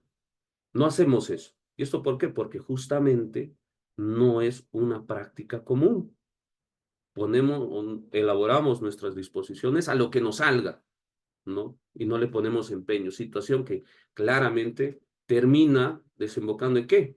En una afectación a un derecho fundamental, que es el derecho de defensa. ¿Cómo yo me voy a defender en esta investigación si ni siquiera sé qué es lo que me están imputando? ¿Cuándo me están imputando? ¿Cuándo supuestamente realicé esos actos? ¿Dónde los realicé? ¿No? Dice concertaron. ¿Cómo he concertado? Dime para defenderme, para decirte, oye, ustedes se sentaron a tomar una gaseosa y ahí conversaron, para decir, no, no es cierto. Es mentira, ese día yo no estaba ahí, yo estaba en otro lugar. Justamente esa información, ¿dónde debería estar? Debería estar en la disposición. Ahí nos tendrían que indicar. ¿Para qué? Para que justamente yo pueda defenderme e indicar que yo no estuve ahí o yo no fui esa persona porque yo estaba en otro lugar, etc. Pero si no me dice eso, ¿Cómo me defiendo? No puedo defender. Entonces, este tipo de errores en la elaboración de las disposiciones nos muestran claramente que una afectación al derecho de defensa. Entonces, amigos, para concluir, ¿qué eran las disposiciones? Las disposiciones están descritas en el artículo 122. ¿Para qué servían? Bueno, el tipo de disposiciones, dentro de las comunes están la formalización, la prórroga, la declaración de complejo, etc. El artículo 122 también nos habla sobre una gama de disposiciones que se pueden emitir y otros dependiendo de la solicitud que realicen las partes. Las disposiciones, ¿para qué nos servían? Para decidir sobre la investigación. Dice, ¿no? Uno, el inicio, continuación, conducción compulsiva, intervención de la policía, aplicación del principio de oportunidad, toda otra actuación que requiera expresa motivación dispuesta por la ley. La estructura, ya la hemos visto, tiene que tener datos de identificación, lugar, fecha, antecedentes, hechos, calificación jurídica, fundamento jurídico, argumentación, parte dispositiva, diligencias o actos de investigación y el nombre del fiscal. ¿Necesariamente tienen que estar todos? No, va a depender del tipo de disposición. La redacción jurídica y pautas de corrección lingüística. Tenemos que ordenar nuestros párrafos. Tenemos que hacerlo de manera clara, concisa, ordenada. ¿Para qué? Para que se puedan identificar de manera mucho más sencilla, mucho más fácil y que sean comprensibles por quién. Por cualquier persona que no ha estudiado necesariamente derecho o no tiene lectura legal de manera continua para que pueda entender, ¿no? Utilizar términos que sean mucho más sencillos, de claro entendimiento, etc. Tenemos que saber describir lo que a su momento decíamos de manera ordenada, precisa, utilizando sustantivos y adjetivos adecuados y emplear un lenguaje conciso sobre los aspectos más importantes. La narración igual que nuestros hechos respondan a este tipo, ¿no? A quién hizo qué, cuándo, cómo, dónde, qué sucedió primero, luego qué, finalmente cómo, quién lo hizo, a quién, cómo, cuándo y dónde. Preguntas que necesariamente tienen que ser respondidas en específico cuando haya una imputación. La argumentación que lo que vamos a decidir necesariamente tiene que estar debidamente justificado. Para ello, evidenciaremos si nuestra argumentación estuvo bien o no cuando entendamos qué cosa. Este tipo de errores en las motivaciones o en la justificación, en la decisión que tomemos al momento de emitir las disposiciones. Inexistencia de motivación, motivación aparente, falta de motivación interna, deficiencias de la motivación externa, motivación insuficiente, motivación sustancialmente incongruente, motivaciones cualificadas. Entonces, con esto, amigos, ¿qué es lo que debemos concluir? Que debemos realizar de mejor forma nuestras disposiciones para poder justamente respetar los derechos fundamentales de las personas que venimos investigando. Y no solamente de ellas, sino también de las personas que realizan una denuncia. Una persona que realiza una denuncia y se la archiva, tiene que necesariamente comprender por qué archivaron un caso. Entonces, ¿qué es lo que nos va a brindar esto? El saber elaborar nuestras disposiciones a partir de una adecuada redacción jurídica. Con eso concluimos. Si hay alguna duda, alguna pregunta, estoy llano a poder responder las mismas. Muchísimas gracias.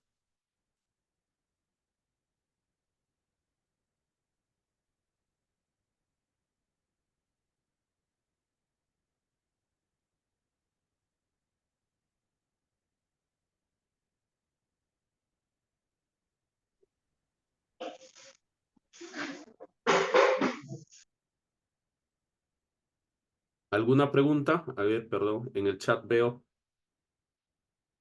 A ver, permítame. ¿Desde cuándo parte el control de plazo de una investigación? A ver, vamos a tratar de compartir. Vamos a chat, ¿no? Dice, ¿cuándo parte el control de plazo de una investigación? A ver, el control de plazo se hace una vez que ha vencido el plazo de investigación. En este caso, por ejemplo, el plazo para la investigación preparatoria es 120 días. Una vez que se cumplan los 120 días, ¿ya? Al día siguiente yo ya estoy llano para poder realizar el control de plazo. Si el fiscal considera que todavía debe realizar una investigación, tendrá que emitir una disposición de prórroga de plazo, pero siempre esa disposición de prórroga deberá ser antes de que se cumpla el plazo. Es decir, si el plazo vencía el día 1 de diciembre, él debió haber emitido su disposición ese mismo 1 o antes del 1. Si él emite la disposición este lunes, que sería el día 4, ya estaría fuera de plazo. Entonces yo ya estoy expedito. ¿Para qué? Para solicitar primero de manera directa al fiscal, mediante un escrito que culmine con la investigación y por ende emita la disposición de conclusión de investigación preparatoria, o en su defecto, si es que el fiscal no me hace caso, acudir al juez de investigación preparatoria, a quien solicitaré el control de plazo. ¿Para qué? Para que éste le ordene al fiscal que concluya la investigación y emita la disposición de conclusión de investigación preparatoria. Es decir, ¿desde cuándo se presenta? Una vez que ha vencido el plazo. ¿Qué diferencia existe entre disposición y providencia? La providencia no requiere de fundamentación, no requiere de todos los elementos que hemos indicado. La providencia lo único que hace es ordenar la investigación. Es decir, por ejemplo, si se presentó una solicitud, con la providencia no resuelvo el pedido o la solicitud. Con la providencia lo único que hago es ordenar que esa documentación se adjunte a la carpeta fiscal. O en el caso de que la carpeta fiscal no tenga foliatura, ¿qué es lo que hago? Emito la disposición, o perdón, emito una providencia. ¿Para qué? Para que el asistente encargado de la custodia de la carpeta fiscal pueda realizar la debida foliación o enumeración de las fojas de la carpeta fiscal. Es decir, mediante la providencia únicamente decido sobre actos de mero trámite dentro de la investigación.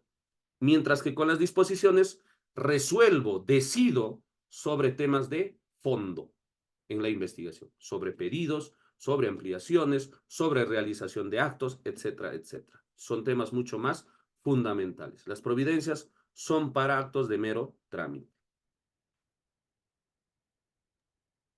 ¿Alguna otra pregunta? Porque solo vi estas Doctor, dos. ¿Sí? sí, doctor, buenas noches. Una consulta, usted estaba hace un momento indicando sobre el control de plazos. Yo tengo una duda. Mire, tengo un caso sobre una denuncia por daños a la propiedad, daños agravados a la propiedad, y la denuncia se realiza un 9 de agosto del 2022. El 11 de agosto del 2022 se inicia una investigación preliminar, ¿no? Entonces, se hace una constatación policial y indican de que han hecho la constatación policial, pero no existía una denuncia en sí. Entonces, el abogado incorpora la denuncia y el 19 de octubre del 2022, el fiscal solicita una ampliación de investigación preliminar hasta el 8 de diciembre del 2022. Es el caso de que ya recién el 19 de septiembre del 2023 formaliza la investigación preparatoria y este 11 de diciembre ha solicitado la declaración de los imputados. Entonces, la consulta está, ese retraso en la investigación de fiscalía amerita a solicitar el control de plazos ya primero ante la fiscalía. A ver, para empezar, me dices que todavía en agosto del 2022 se inició con las diligencias preliminares. Es decir, en esa fecha se emitió la disposición, asumo, de inicio de investigación preliminar. Ahí, bueno, el plazo regular son 60 días. Debiste o tu abogado debió verificar que se cumpla ese plazo. Si es que el abogado no solicita un control de plazo, ¿qué es lo que sucede? La investigación va a proceder. El fiscal verá en qué momento y qué es lo que generalmente sucede. Los fiscales no se hacen un autocontrol de plazo. Menos existe otra persona. La única persona que puede controlar justamente eso es la parte investigada, ¿no?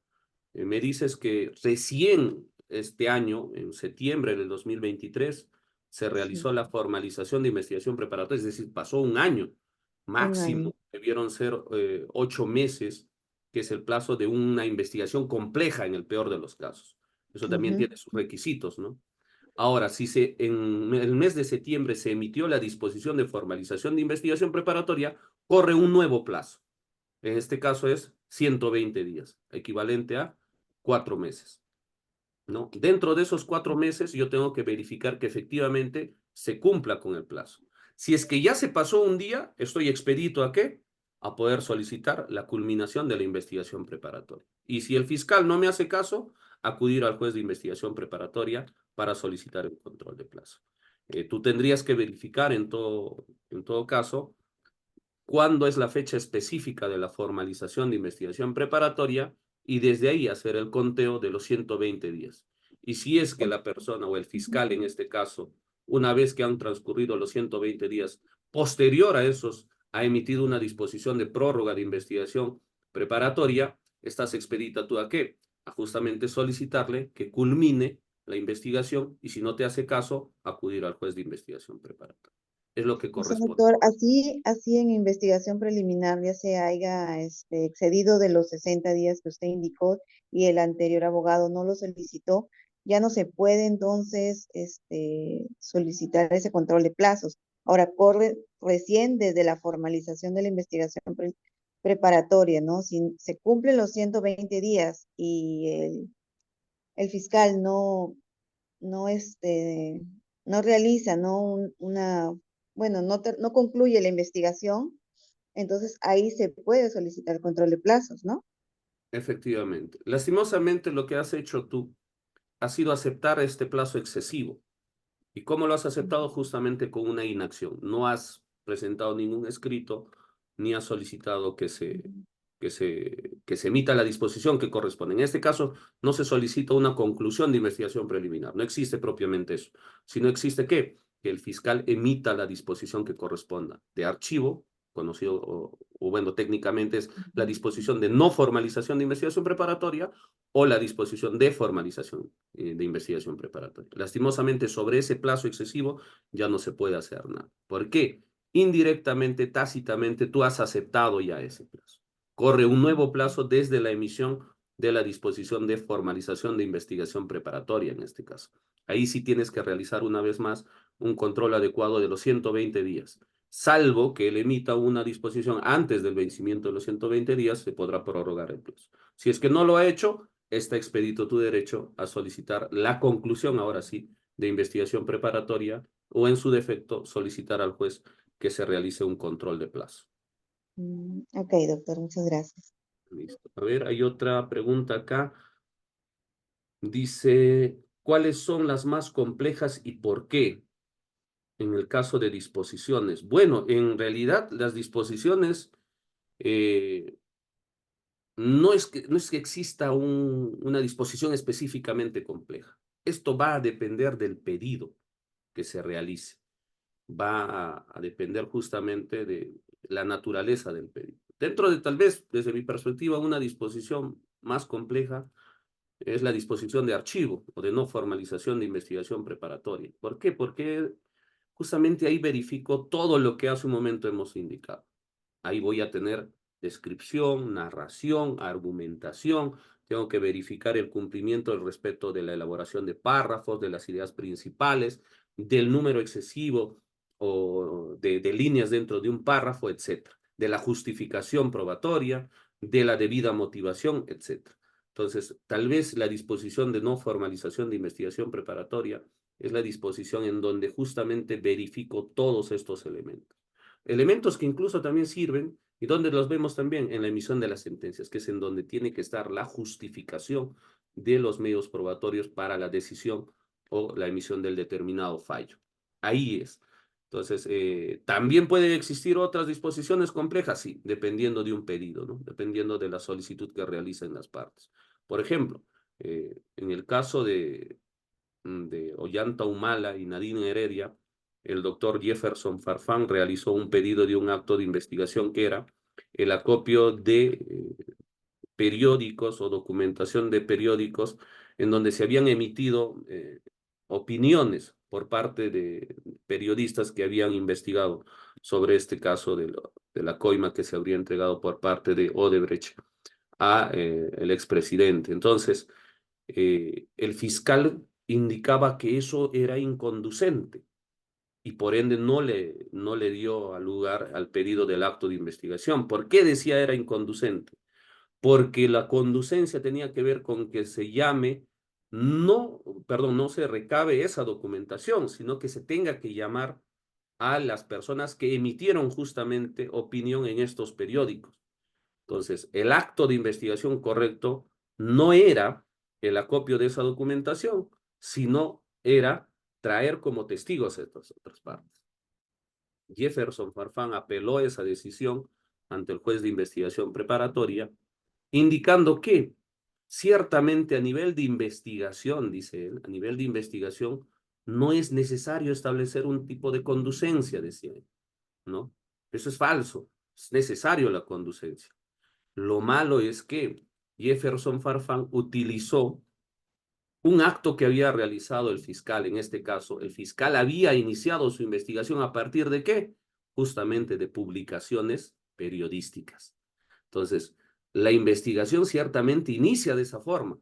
Lo que debió haber hecho el fiscal era, posterior a esta noticia criminis, como la conocemos, debió haber llamado a las personas que dieron esa información. Eso debió haber realizado el fiscal, situación que no ocurrió. Entonces Jefferson Farfán cogió ese hecho y dijo, ¿cómo es que ellos sí pueden iniciar y continuar la investigación a partir de un elemento de convicción inconducente, como es estas publicaciones, pero a mí no me permites recabar esa misma información o documentación de esa misma naturaleza? Decía. Entonces, ciertamente es una situación bastante compleja para el fiscal al momento de decidir sobre ese pedido. Incluso esa solicitud llegó hasta la sala en donde se discutió. Bueno, todavía no tengo información de cómo hayan decidido, ¿no? Pero, por ejemplo, eso es un tipo de disposición que en su momento debió de haber emitido el fiscal y que de hecho le debe haber tomado bastante tiempo elaborarlo para decidir, ¿no? Entonces, no existe per se disposiciones complejas. Todo va a depender de la naturaleza del pedido o la naturaleza de lo que se vaya a decidir en la disposición. Desde mi punto de vista, la disposición más completa en donde puedo verificar justamente esto de la redacción jurídica es en una disposición de no formalización de investigación preparatoria, en donde propiamente puedo argumentar. En la mayoría de los tipos de resoluciones que emite el Ministerio Público, es tal vez la disposición de no formalización de investigación preparatoria en donde se verifica qué cosa, el tema de la argumentación. Todos los elementos que hemos visto en ese tipo de disposiciones es en donde de mejor forma vamos a poder evidenciarlo. Otra pregunta dice, ¿es necesario el uso del verbo rector? Dice, no. Es más, es un error utilizar el verbo rector al momento de describir nuestros hechos, de narrar nuestros hechos. ¿Por qué? Porque justamente lo que estamos haciendo es dar por sobreentendido una proposición fáctica. El verbo rector que dice matar, ¿ya? No establece per se la forma en cómo se mató, ¿ya? Matar engloba al hecho en sí mismo que he cometido justamente para que esa persona muera. Cuando yo digo Guido mató a Margarita, no estoy describiendo el hecho. No doy la información correcta a Guido para que Guido entienda por qué lo estoy investigando. Tengo que necesariamente describir cómo la mató, cuándo la mató, dónde la mató. Es necesario. Entonces, el problema en la mayoría de las disposiciones por parte de los fiscales es que dan por sobreentendido eso y en vez de describir el hecho en sí mismo, tal como sucedió, lo que hacen es utilizar el verbo rector. Una situación claramente incorrecta. Otra pregunta dice, ¿los 120 días de plazo es desde el conocimiento del hecho delictivo por la fiscalía? Efectivamente, sí, porque aun cuando el Ministerio Público no realice o no emita la disposición de investigación preparatoria y realice diligencias, desde ese momento, ¿qué está haciendo? Está realizando una investigación.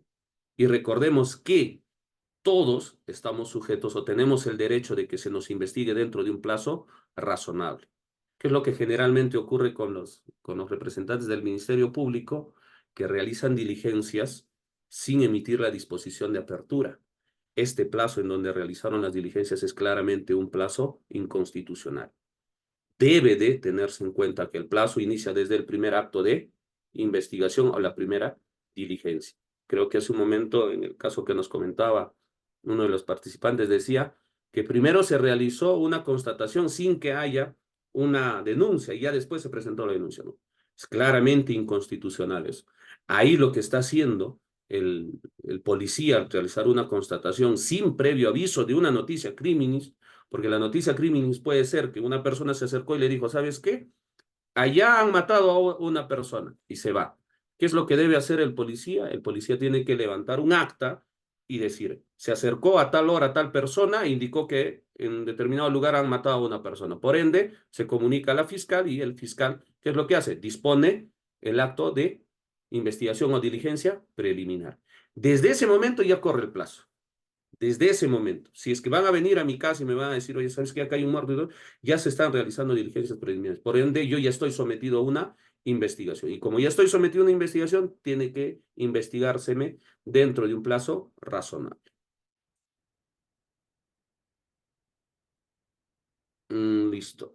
Jefferson Moreno. Sí, creo que dije Jefferson Farfán, creo, disculpen. Sí, el abogado al cual hice referencia es el doctor Jefferson Moreno. ¿Alguna otra pregunta?